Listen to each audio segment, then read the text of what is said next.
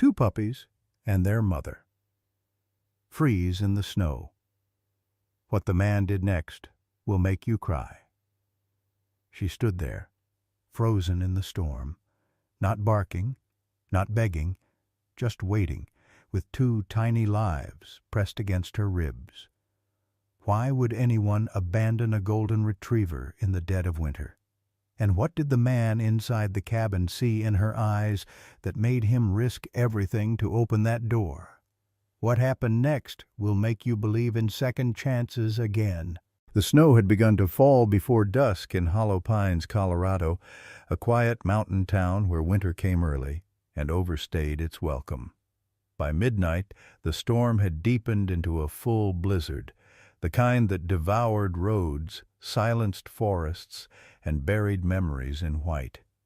Wind howled through the pines like a mournful choir, and flakes swirled in tight spirals before crashing against rooftops and windows like tiny ghosts. In the woods beyond town, nestled deep between two frozen hills, stood a small log cabin lit only by the flickering glow of a wood-burning stove.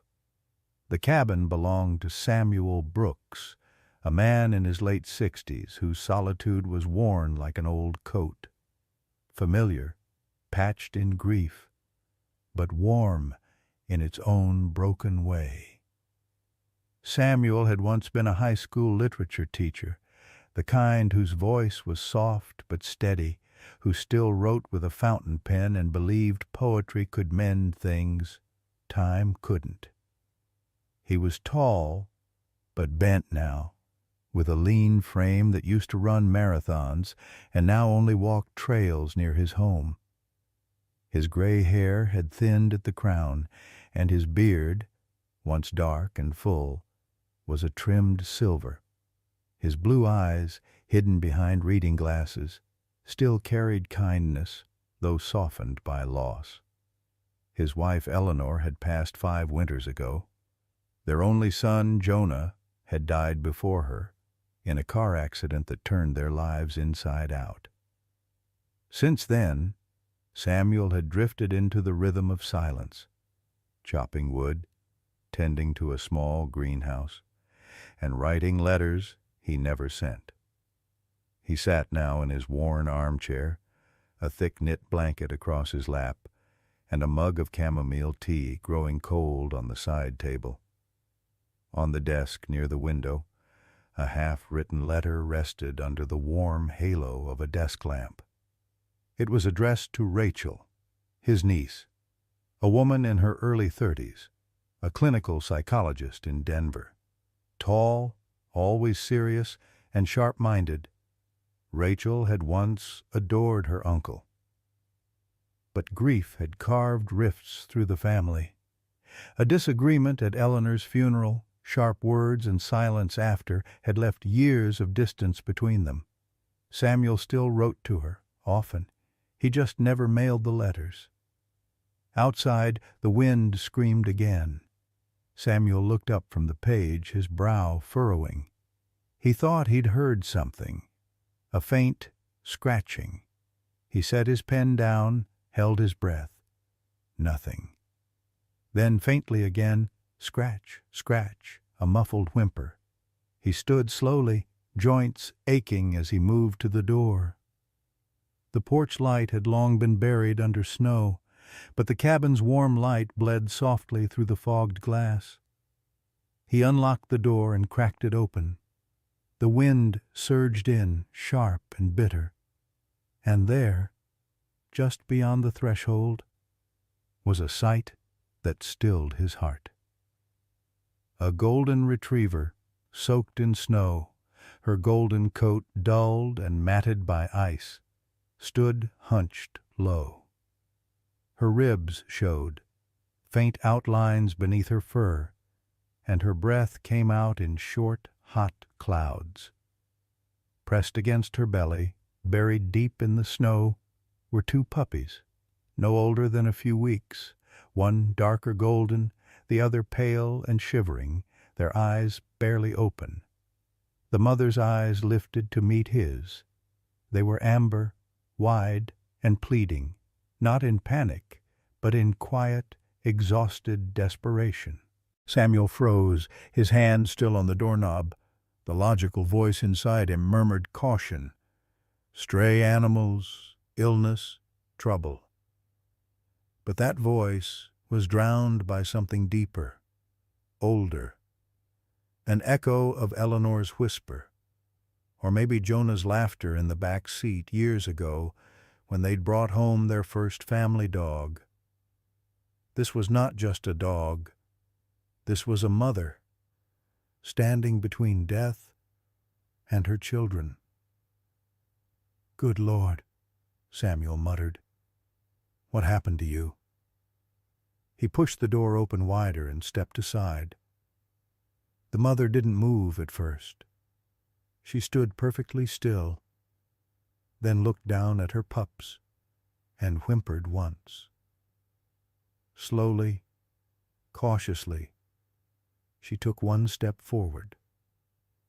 The smaller of the pups stumbled, nearly falling into a snowbank. The mother turned, gently took the pup by the scruff of the neck and carried it across the threshold. The second followed awkwardly on its own. Samuel shut the door quickly, sealing out the wind. The cabin warmed again. He stood in silence, watching the three of them, wet, cold, unsure, huddle near the fireplace. He moved slowly, fetched an old wool blanket, and laid it near the hearth. The mother flinched, but didn't move away.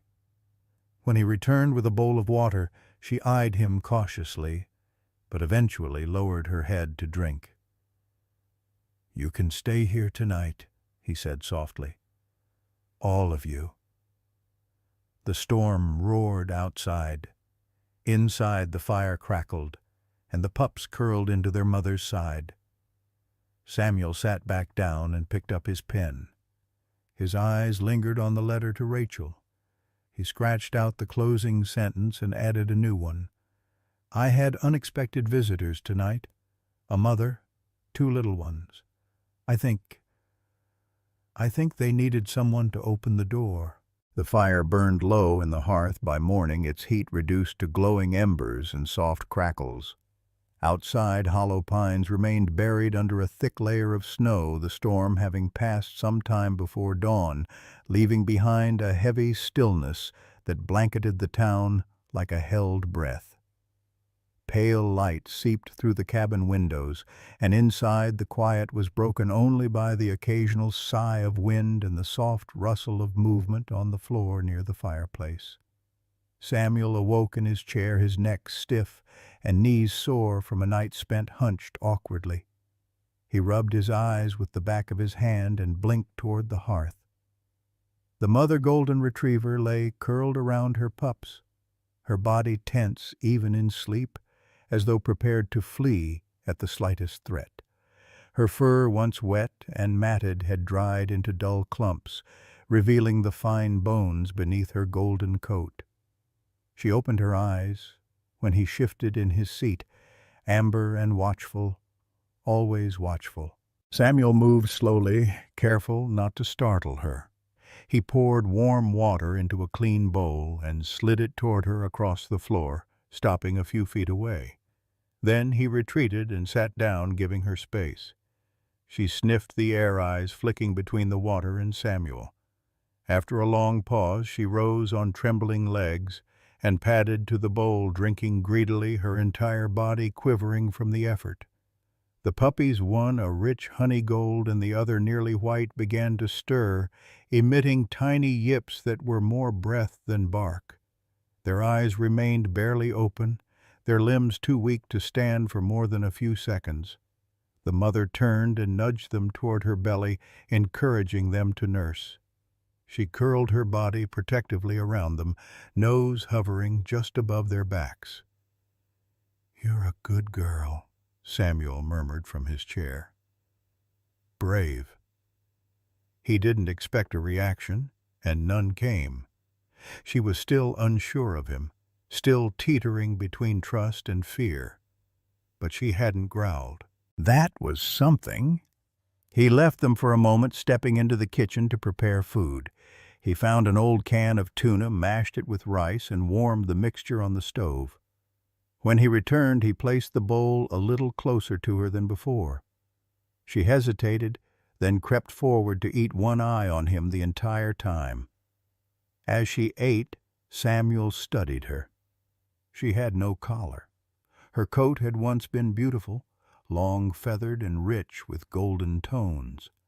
Now it hung in rough mats and patches, signs of neglect and exposure.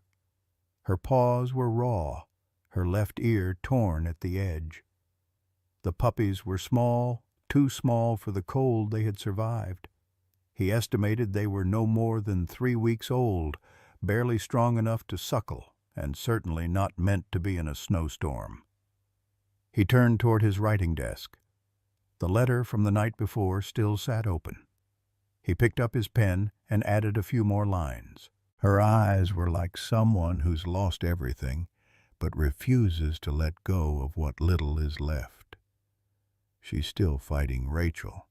I don't know if it's for her or for them, but she's holding on. And for now, that's enough. He folded the letter, placed it in an envelope, and for the first time in years addressed it properly. He added a stamp and set it near the door. Maybe this one, he thought, would finally make it to her hands. In Denver, over 100 miles away, Dr. Rachel Hammond sat in her modest office, staring out the frosted window that overlooked a narrow city alley. She was tall and slim, always dressed in dark colors, with a gray wool coat slung over the back of her chair. Her hair, once long and auburn, was now cut into a practical shoulder-length bob. 33 clinical and respected Rachel was known at the hospital for her calm efficiency. She never raised her voice, never snapped under pressure, and never cried at her desk. Her patients appreciated her stability. Her colleagues admired her distance. But today a letter lay unopened on her lap, its return address penned in Samuel's neat, slanted handwriting. It had arrived that morning unexpected after 5 years of silence. Her fingers hovered over the flap before tearing it gently open. The first line made her breath hitch. The second made her blink hard. By the time she reached the final paragraph, she was sitting perfectly still, a quiet ache blooming behind her ribs.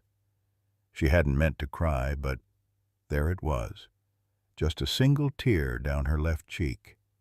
He'd mentioned a dog, a mother, puppies, snow, and for the first time in her adult life, he'd signed the letter not with "take care" or "sincerely," but "come home when you can. You'd like them, I think." Rachel folded the letter with practiced care. She reached for her phone, thumbed through her calendar. Her schedule for January was tight, but there was 1 week after New Year's she hadn't booked yet. She clicked out of office and typed a message to her assistant. "I'll be traveling to Hollow Pines. Family matter." Back in the cabin, Samuel was learning the delicate rhythm of caring for a creature who didn't yet trust him. He laid towels near the fire, cleaned up the floor when the puppies had accidents, and gently brushed out a section of the mother's tangled fur with an old comb. She allowed it, barely flinching, only when he touched the torn edge of her ear. He hadn't named her yet. It felt too soon. Naming something meant keeping it. And maybe he thought she already had a name, one someone else had whispered long ago, before they abandoned her in the cold. But he spoke to her anyway in quiet tones, like he used to read bedtime stories aloud to Jonah. He told her about the town, about the way Hollow Pines got so silent during storms it made the air feel holy. He told her about Eleanor and the way she used to hum old jazz songs while stirring soup. And he told her about Rachel, whom he hadn't seen since Jonah's funeral, the last time the family had been whole, before grief made silence easier than love. That night, as the fire glowed and snow began to fall again, he lay a second blanket by the fire. the dog curled around her pups without protest. Samuel sat back down in his chair, hands wrapped around a fresh cup of tea, and whispered, "You can stay as long as you need." Outside, the night was quieter than before. Inside, there were three fragile souls and the quiet beginnings of trust. The days in Hollow Pines stretched slowly, wrapped in winter's hush and the soft crackling of firewood. The snow had stopped falling, but it clung stubbornly to every tree limb, roof, and field like a memory that wouldn't melt. Sunlight flickered weakly through the pine needles, its warmth barely brushing the ground. Inside Samuel's cabin, life had settled into a quiet rhythm. The mother dog, still unnamed, still silent, watched Samuel with cautious amber eyes. The two puppies, now a little stronger, nuzzled and whimpered as they crawled across the blanket laid near the hearth. Samuel had begun calling them by soft, unofficial names. The golden pup was Copper for his rich fur, and the lighter one Daisy for her pale, creamy coat and delicate features. They were clumsy bundles of warmth and noise, bringing a kind of mess to the cabin that had long been absent, a mess Samuel found he didn't mind. The mother, however, remained hesitant. She accepted his offerings of food and water. She tolerated his presence, but she did not come closer, not yet, until that morning. Samuel was crouched near the fire, coaxing the flames back to life. Behind him, the rustle of movement, then the soft tap of claws on wood floor. He turned his head slightly and saw her standing there closer than she had ever dared. Her ribs showed faintly through her golden coat, which still held patches of ice-damaged fur. But her eyes had changed, less, flinch more focus. A question lived there now. Not, "Will you hurt me?" but "Can I trust you?" Samuel didn't move. He let the silence speak. After a pause, she stepped forward once more, just enough to brush his sleeve with her nose before retreating. It was enough. Later, when she lay beside her puppies, Samuel fetched a soft bristled brush from a box of old pet supplies tucked in the pantry. He approached her slowly, kneeling a few feet away. She looked up but did not growl. Gently, slowly, he reached out, letting her sniff the handle first. Then, stroke by cautious stroke, he began brushing out the tangled mats along her shoulders. Her body tensed beneath his hand. She flinched when he reached her flank. That's when he saw them. Thin, pale scars crisscrossed her side, some faint and faded, others more recent. A jagged one curved along her hip, another beneath her belly. Not injuries from frostbite or wilderness. These had edges too straight, too deliberate. Samuel let the brush drop gently to the floor. "What did they do to you?" he whispered. She didn't respond, of course. She merely closed her eyes and curled tighter around her pups, as though shielding them even in her sleep. That same morning in Denver, Rachel Hammond stood in the lobby of the Summit Animal Aid Center, a modest volunteer-run shelter tucked beside an overpass bridge. She had arrived unannounced, clutching the printed email she'd received from her uncle, his first reply since she told him she was coming. Though he'd said little, his last line haunted her. "They're healing. Slowly. Like me, maybe." Behind the front desk stood Kelsey Nguyen, Rachel's closest friend since grad school. Kelsey was Vietnamese-American in her late 20s, with dark shoulder-length hair and a no-nonsense demeanor. She wore a bright orange vest over her thermal jacket and had an ever-present streak of dog fur somewhere on her clothes. While Rachel was composed and logical, Kelsey was driven by instinct, heart first. "You just showed up without texting," Kelsey said, arching an eyebrow. "I thought you had patience until New Year's." "I cleared the schedule," Rachel replied, holding out her phone. "I need a favor." Kelsey skimmed the screen. A photo Samuel had sent, a low-resolution image of the golden retriever and two tiny pups huddled by the fire. The image was grainy but poignant. Kelsey's face softened. "She looks rough, real rough." "You think she was dumped?" Rachel nodded. "Uncle Sam said no collar and she's got injuries. Can you check the shelter databases? Lost pet boards? Maybe breeding reports? Anything that could match?" Kelsey led her into a back room where a row of computers blinked softly. Within minutes she was navigating through pet finder listings, municipal shelter records, and rescue center notes. Her fingers moved quickly, eyes scanning. She paused, then shook her head. "There are 3 golden retrievers listed as lost this month in Colorado. None have puppies. None match the scars or her size. One was found already." She clicked again. "Nothing in Hollow Pines area. Nothing in the private breeders' forums either." "So she's off the map," Rachel murmured, like she didn't exist. Kelsey glanced at her friend. "Some breeders don't register every litter, especially the backyard kind. If she couldn't produce any more, they probably just tossed her." Rachel swallowed hard. "What kind of person does that?" "The kind that shouldn't be around animals." Kelsey leaned back in her chair.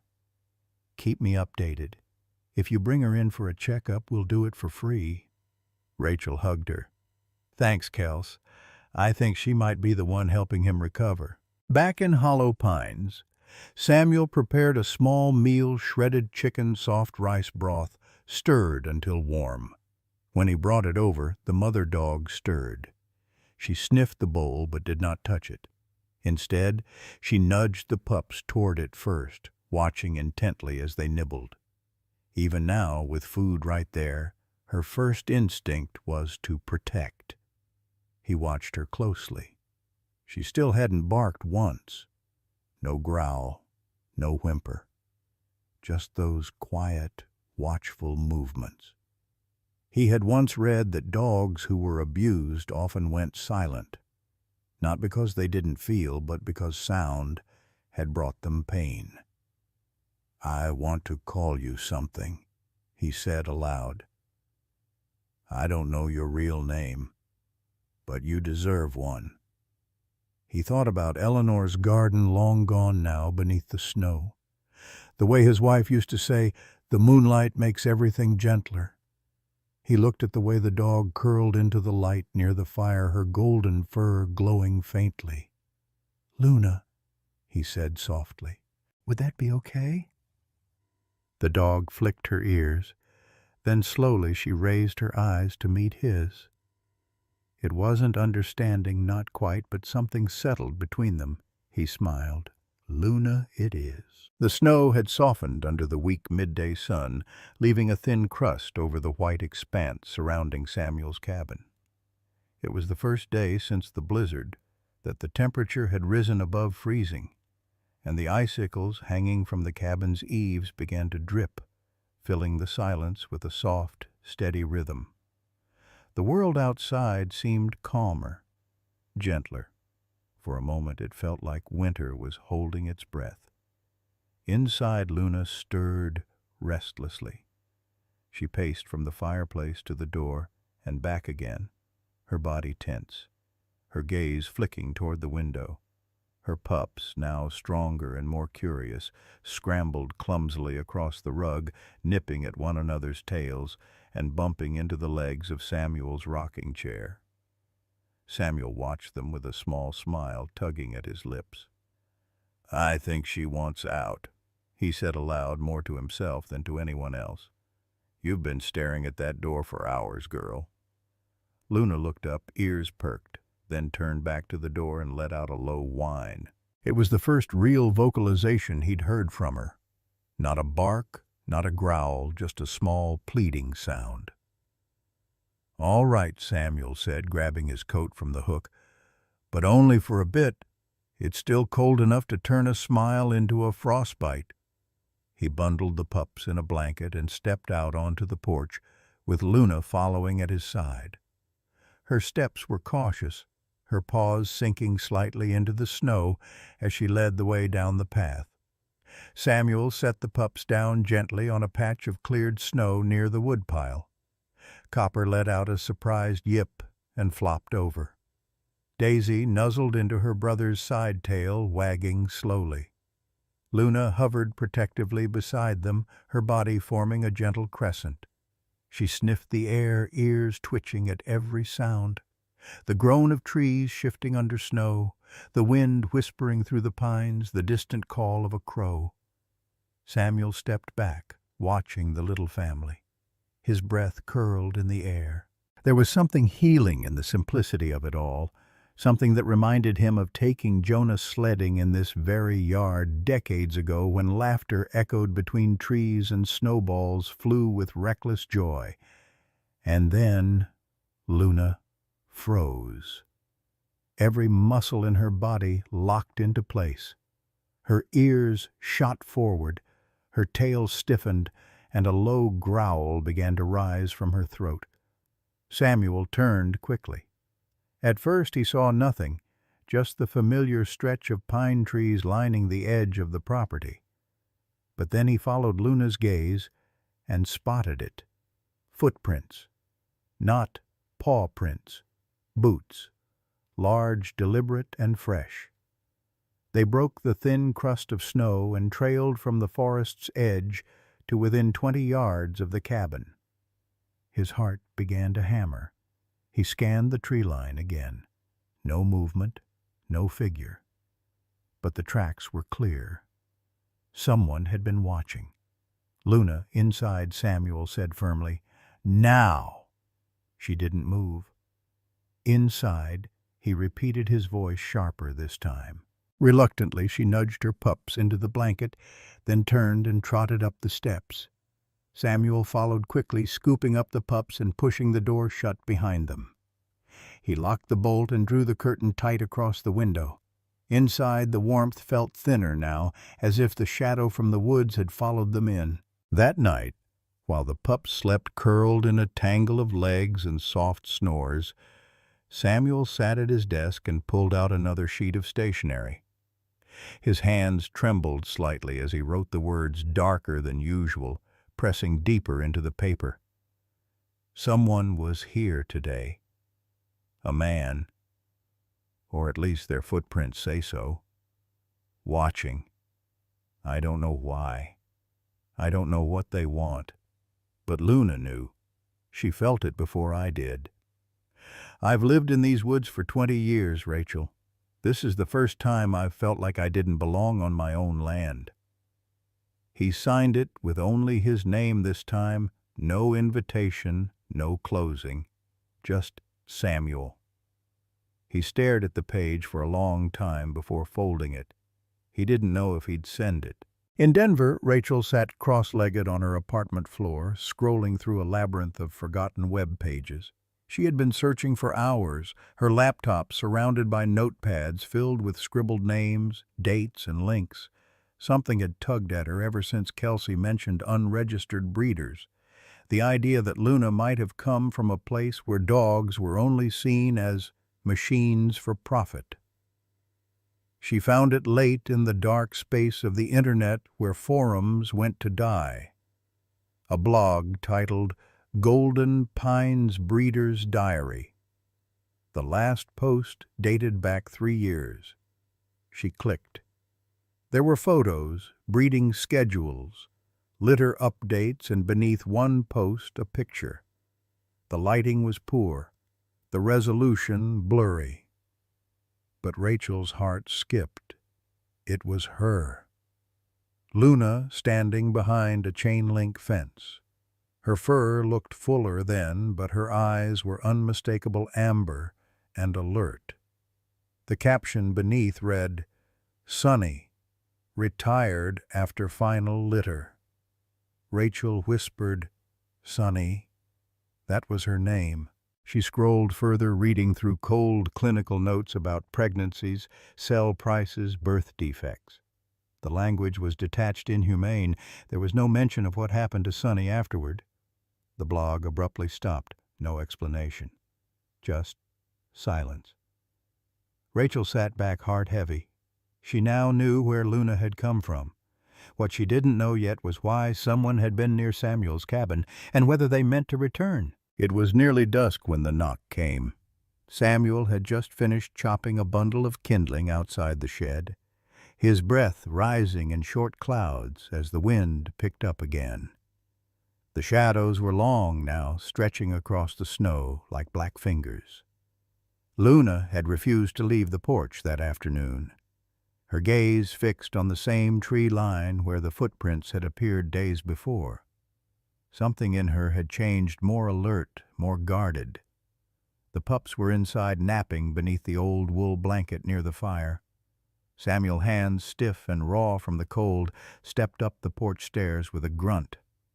The wind howled low, curling around the cabin like a whisper. And then 3 sharp knocks, not timid, not panicked, intentional. He froze. Not many people visited Hollow Pines without warning. The nearest neighbor lived 2 miles up the ridge. Mail didn't come by truck, only snowshoe. He opened the door a few inches, leaving the chain lock engaged. Standing just beyond the threshold was a man in his 40s, tall, broad-shouldered, with a greasy black coat and jeans stiff with snow. His eyes were small and set deep beneath a furrowed brow, and his smile didn't reach them. He wore a beat-up camo cap and held nothing in his hands. But something about the way he leaned forward made Samuel tighten his grip on the door. "Evening," the man said. His voice was smooth but edged with something sour. "Name's Mick Delaney. I believe you have something that belongs to me." Samuel stared. "I don't know you. You've got a dog in there. Golden. Female." Answering to Sonny, his eyes narrowed. "She's mine." Behind Samuel, a low growl started to rise. Luna had come to the door, body tense, tail lowered but ready. Her hackles bristled as she stepped between Samuel and the stranger, her lips peeled back slightly, not in rage but recognition. Samuel didn't flinch. "Her name is Luna now. She showed up half dead in a snowstorm. No collar." "No chip, no nothing." Mick shrugged. "She slipped out. Happens, but I'm here to take her back." Samuel shook his head, stepping out onto the porch, shutting the door behind him just enough to keep Luna inside. "If you cared for her, she wouldn't be covered in scars and starving. She wouldn't be dragging newborn pups through a blizzard." Mick chuckled, shifting his weight. "Dogs are property, mister. I don't need to explain myself." "Then explain this," Samuel said coldly, pointing to the side of the porch where the man's boot prints matched the ones from days earlier. "You've been watching, lurking. That's not how people reclaim property."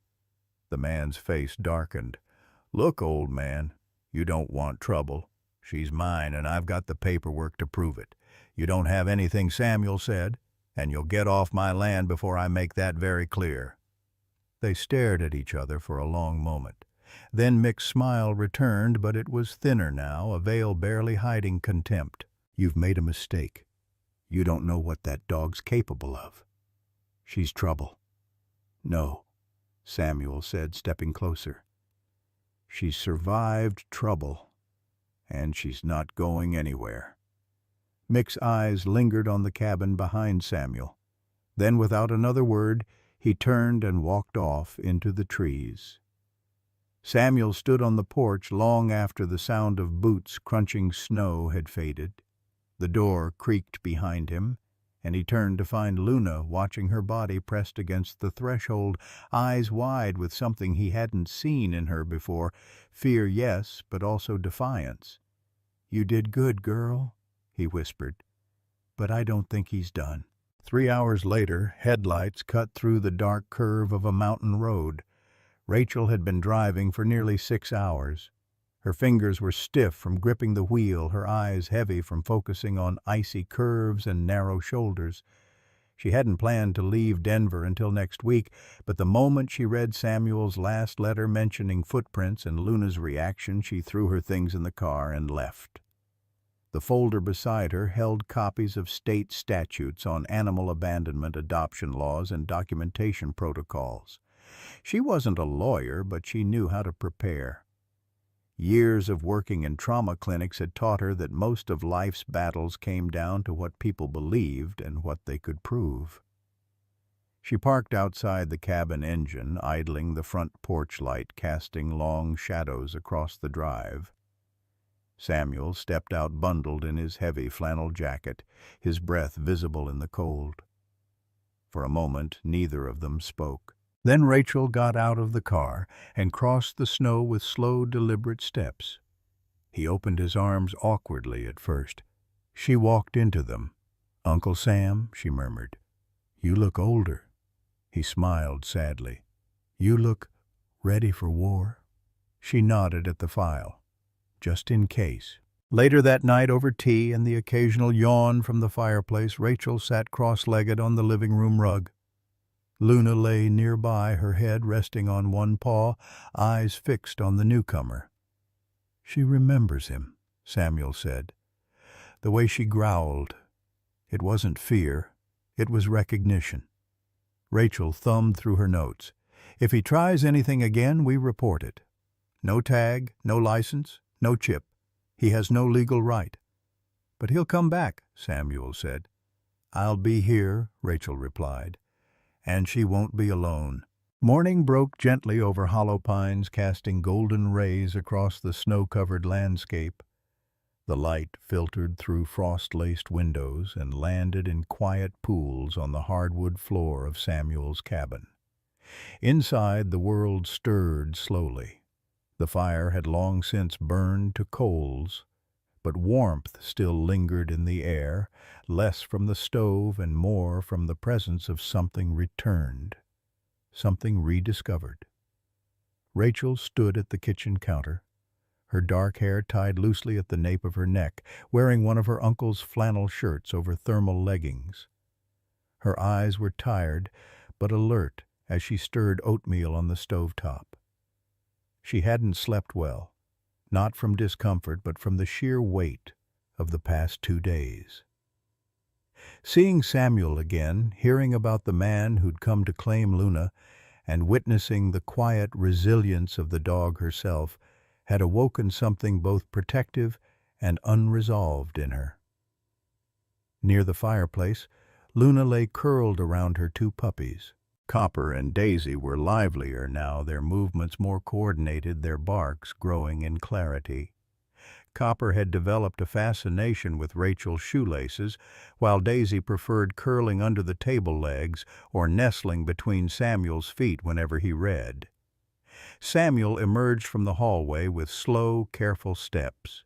He wore a faded gray sweater that hung a bit too loose on his frame and thick wool socks over his slippers. His beard had gone untrimmed for a few days, giving him a slightly more rugged look than usual. "She let me touch her last night," he said quietly, as if speaking it too loud would undo it. "For the first time." Rachel turned, startled. "Really?" "Not just sniff and walk away." He shook his head. "I was sitting right over there near the window. She came over. Didn't press into my hand, didn't wag her tail, just stood there and let me lay a hand on her head. That's all." But she didn't flinch. Rachel smiled gently. "That's trust, or the beginning of it."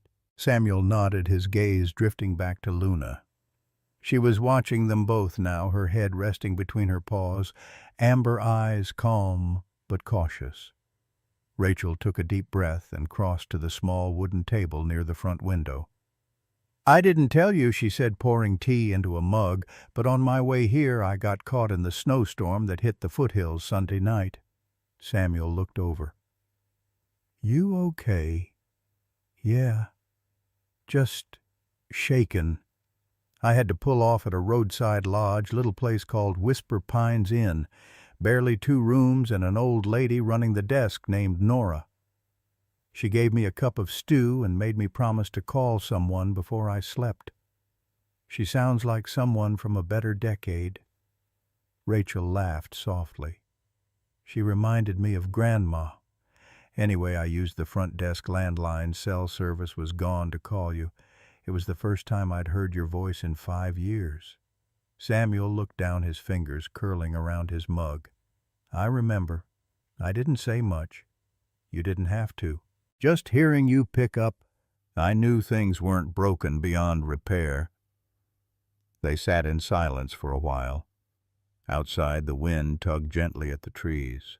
Inside, something had shifted like 2 clocks, finally ticking in sync again. That afternoon, while Rachel reviewed her legal documents at the dining table, Samuel went outside to collect firewood. The pups, now able to wobble after each other without tipping over, chased Copper's tail in lazy circles near the fire. Luna sat up slowly and crossed the room. Rachel noticed her presence first by the sudden quiet. She turned and found Luna, standing just a few feet away, eyes focused not on the pups, but on her. Rachel set the papers down and slowly lowered herself to the floor, hands open on her lap. She didn't move further, didn't call Luna by name. She simply waited. Luna took a tentative step forward, then another.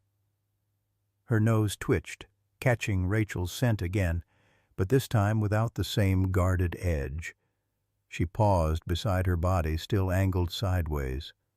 Rachel whispered, "It's okay, sweetheart." Then Luna lowered her head just enough for her muzzle to brush against Rachel's open hand. Rachel didn't breathe. She let her fingers curl lightly under Luna's chin, then slowly ran them over the top of her head, down her soft, scarred neck. Luna stayed. From the doorway, Samuel watched. His chest tightened, not with sadness, but awe. A quiet, steady healing had begun, one he could neither force nor rush, but only hold space for. Later that evening, with the pups asleep and Rachel reading near the hearth, Samuel brought in a small crate of fresh logs. The cabin glowed with a soft amber light, and for the first time in years, laughter had echoed earlier when Copper had mistaken a slipper for prey and launched an uncoordinated attack that ended in a comical tumble. Rachel closed her book. "We should think about registering her soon. A vet visit, maybe get her chipped under your name." Samuel nodded. "You think Mick will come back?" "I think he might, but we'll be ready." He glanced at Luna, now curled beside the fire, her pups nestled into her side.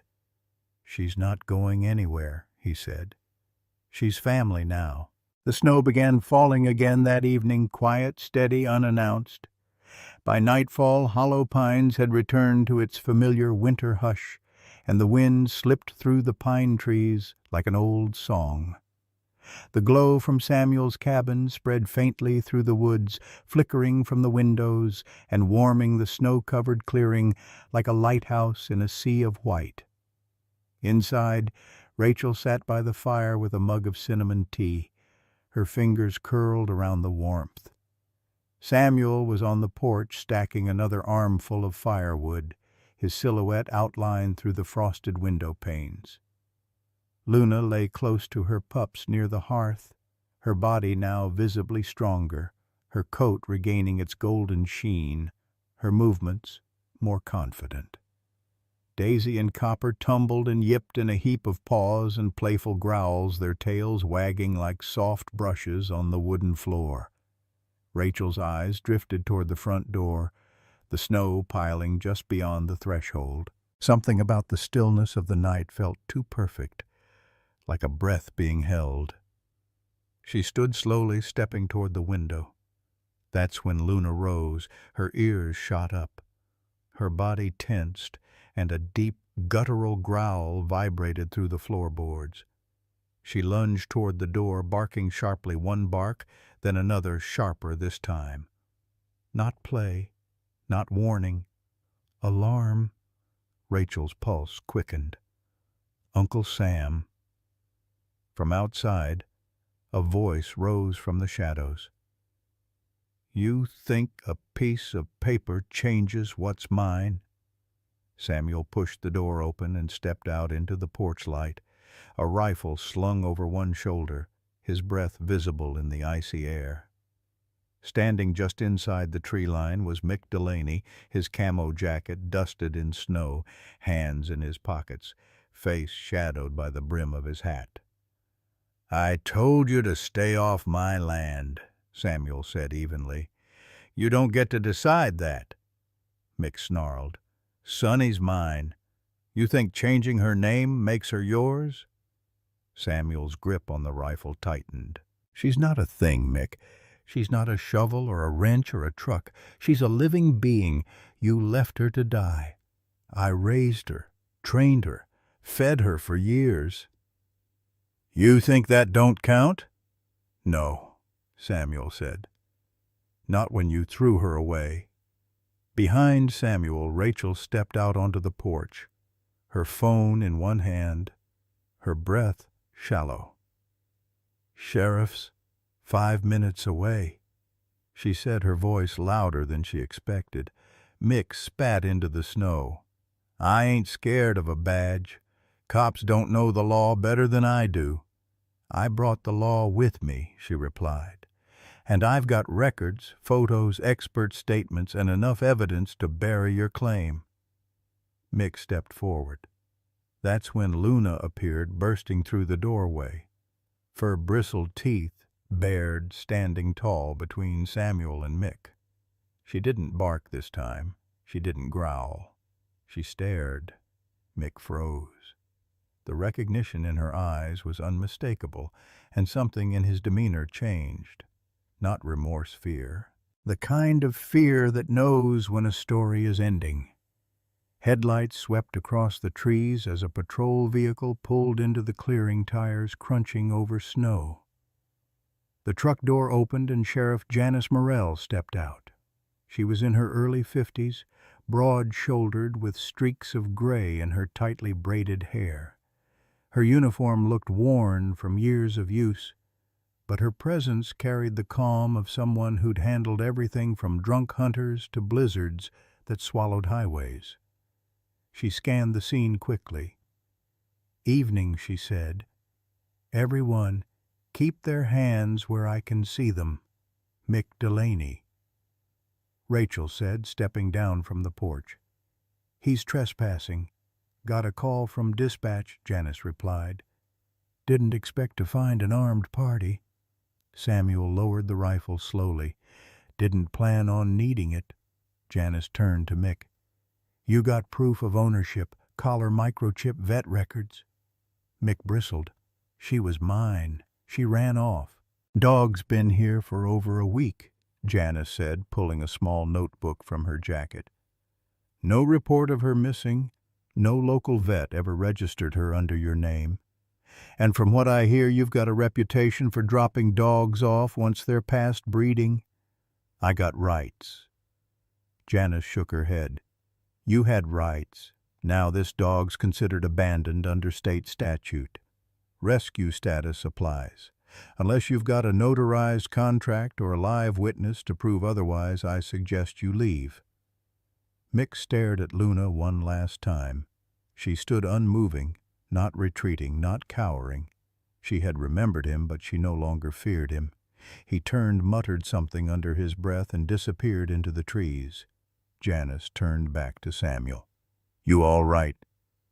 He exhaled for what felt like the first time all night. I am now. Later, once the cabin had calmed and the fire was burning high again, Rachel sat in the corner armchair, staring into the flickering light. Her heart was still pounding, but her hands were steady. Luna rested against Samuel's leg on the rug, her pups curled beneath her chest like tiny golden suns. I passed by Mom's childhood home on the way here, Rachel said suddenly. Samuel looked up. You did. It's still standing. White porch, green shutters. Same old pine tree in the front yard. Smaller than I remembered. It always is. Rachel smiled faintly. I thought I'd just look. Say hello to a memory. But I didn't feel like leaving. Not right away. Samuel nodded slowly.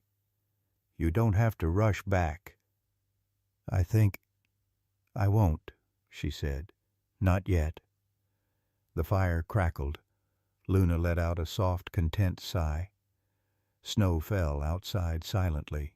The snow had melted into soft patches by mid-February, and hollow pines shimmered with the shy gold of early sunrises. The sky no longer held its oppressive gray, and the scent of thawing pine needles mingled with the crisp mountain air. The wind, once howling and cruel, now moved with gentler purpose, rustling the branches like fingers turning the page of a new season. Samuel stood on the porch, one hand resting on the wooden railing that he had resanded just last week. His other hand held a coffee mug, steam rising lazily from its surface. The view in front of him had changed, not the trees, not the mountains, but the life that now filled the space around him. Luna stretched out on the front steps, her coat gleaming in the sunlight. She looked years younger now, though her scars remained. Copper and Daisy tumbled over one another nearby, tripping over their oversized paws, occasionally pausing to bark at wind-blown leaves like they were enemies in a grand adventure. Every now and then Luna would lift her head to check on them, her eyes soft but alert. Behind him, laughter drifted from the kitchen. Rachel stood at the stove flipping pancakes, her sleeves rolled up, hair tucked beneath a knit beanie. She moved with ease now, like the cabin was becoming hers too, one drawer at a time. The sound of utensils clinking, butter sizzling, and the radio playing something mellow completed the transformation of Samuel's once quiet refuge into something far more vibrant. Samuel turned just as Rachel came out with 2 plates in hand. "You keep spoiling me," he said. Rachel shrugged with a grin. "It's payment for room and board. Plus, I figure this old place runs on more than firewood now." They sat together at the porch table. For a while neither spoke, both watching the dogs romp in the melting snow. Then Rachel reached into the folder beside her and placed a few official-looking documents on the table. "I spoke with the Hollow Pines shelter yesterday," she said. "They've finalized it. Luna, Copper, and Daisy are officially yours. Or ours, if that's okay with you." Samuel ran a calloused finger over the bolded words. Ownership transfer. Companion animals. "I never thought I'd be a dog owner again," he said softly. "Never thought I'd want to be." "You didn't choose her," Rachel said, watching Luna nudge Daisy away from a stick she was chewing. "She chose you." He smiled. "That she did." That afternoon, they drove into town together, Samuel behind the wheel of his old rust-colored pickup, Rachel beside him with the pups nestled in a crate between them. Luna rode in the bed of the truck tail, swishing as the wind ruffled her ears. They stopped by the local vet's office for follow-ups and vaccinations, where Dr. Emery Clark, a wiry woman in her late 60s, with silver hair and the sharpness of a hawk, examined the 3 dogs with a mix of precision and affection. "She's healing beautifully," Dr. Clark said, running a hand down Luna's back. "Still a bit underweight, but no infection, no fever. And those pups, fighters, both of them." Rachel handed over the adoption paperwork. Dr. Clark adjusted her glasses and smiled. "Well then, welcome to the family officially." They picked up a few supplies from the general store, new collars, engraved name tags, and even a dog bed Samuel pretended not to be excited about. The store clerk, a lanky teenager named Troy with a mop of curly brown hair, gave Daisy a scratch behind the ears and whispered, "You're gonna love it here, girl," like he was delivering a sacred promise. As they drove back to the cabin, the sun dipped behind the peaks, casting the world in hues of honey and shadow. The road curved gently, tracing familiar paths. But everything felt different, warmer, more permanent. That evening, while Samuel cleaned the dishes and the pups slept curled like commas near the fire, Rachel sat at the dining table with her laptop. She had opened a new file, its header blinking in bold Hollow Pines Retreat, Proposal. She turned toward Samuel. "What would you say," she began, "if we made this place into more than just a home?" He raised an eyebrow. "I mean, we've seen what it did for Luna, for you, for me even. What if there were more like her? Like us, people or animals broken, scared, forgotten, looking for somewhere quiet to heal." Samuel dried his hands and leaned against the counter, thoughtful. "You want to turn the cabin into a rescue?" "No," she said. "A retreat, a sanctuary, not just for dogs, for veterans, for abuse survivors, for anyone carrying something too heavy. We could build cabins along the edge of the forest, partner with rescue organizations, bring in therapists, animal bonding programs." Samuel was quiet for a long time. Then he nodded. "Call it what you want," he said, "so long as the coffee stays strong and the dogs stay free." Rachel smiled, her eyes glinting. "Deal." Days passed, and the rhythm of life at the cabin grew steady, the sound of nails clicking across hardwood floors, the occasional yelp of a pup discovering stairs. Samuel's voice humming old tunes as he chopped wood, Rachel tapping her keyboard late into the night vision blooming with plans. One morning, Samuel walked past the large window and paused. Light filtered through in a golden wash, and across the floor danced shadows of wagging tails and flopping ears. He stood still, letting it sink in. For the first time in many years, the house was no longer a place of echoes. It was a place of voices, of joy, of family. In a quiet cabin tucked deep within the snowy woods, 3 fragile souls, Luna and her 2 pups, found something most people spend a lifetime searching for a second chance.